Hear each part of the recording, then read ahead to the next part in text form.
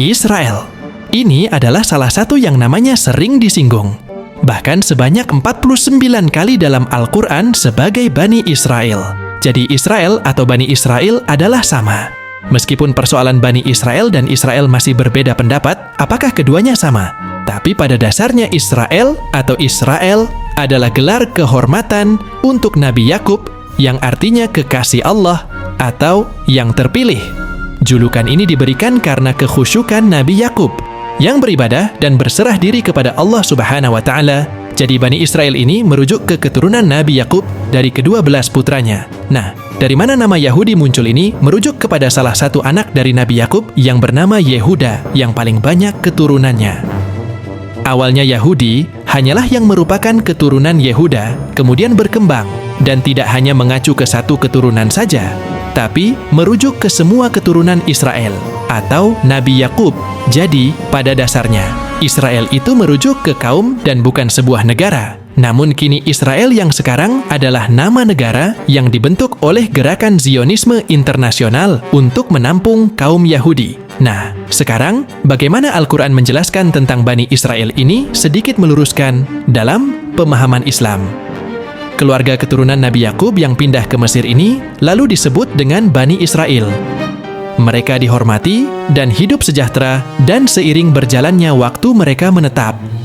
Tapi setelah sekian generasi. Dan Israel yang awalnya dihormati, kemudian jadi bangsa yang terhinakan di zaman Fir'aun.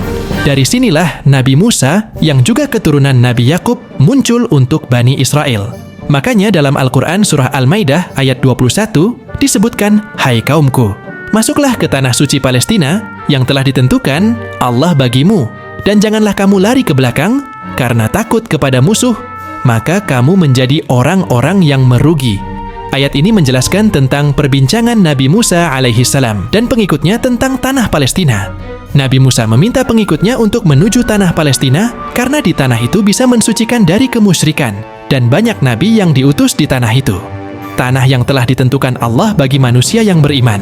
Bahkan Allah Subhanahu wa Ta'ala menjanjikan tanah suci ini kepada Bani Israel dengan syarat mereka mau beriman kepada Allah Subhanahu wa Ta'ala dan mau memerangi orang kafir.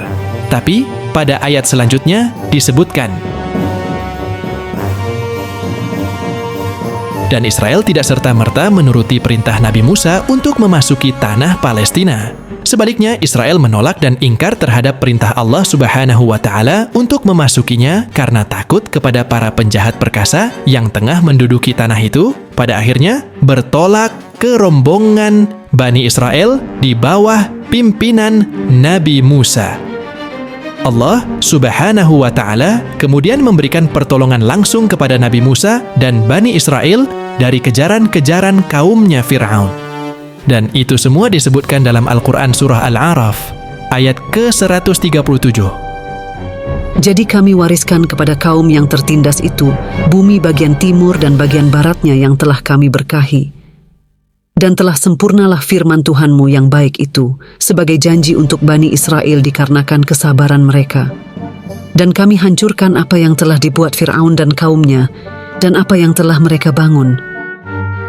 Dalam ayat ini dijelaskan nikmat Allah Subhanahu wa Ta'ala yang terbesar kepada Bani Israel setelah ditindas dan diperbudak oleh Fir'aun dan kaumnya. Nikmat tersebut adalah mewarisi kawasan barat dan timur, yaitu Baitul Maqdis atau Tanah Palestina. Dengan demikian, janji Allah terhadap Bani Israel telah terlaksana dengan sempurna. Kenikmatan ini merupakan imbalan dari kesabaran mereka mengikuti ajaran Nabi Musa dan agama Allah yang benar. Sebaliknya, Allah memberi ganjaran yang setimpal kepada Fir'aun dan kaumnya berupa kebinasaan mereka dan semua apa yang pernah dibangun oleh Fir'aun sebagai lambang kesombongannya.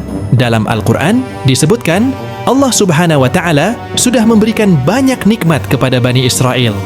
Mereka dibebaskan dari kezaliman Fir'aun dan diberikan kehidupan yang makmur dan punya kitab suci serta seorang rasul dari kalangan mereka. Sayangnya mereka tidak bersyukur melampaui batas dan bersifat munafik.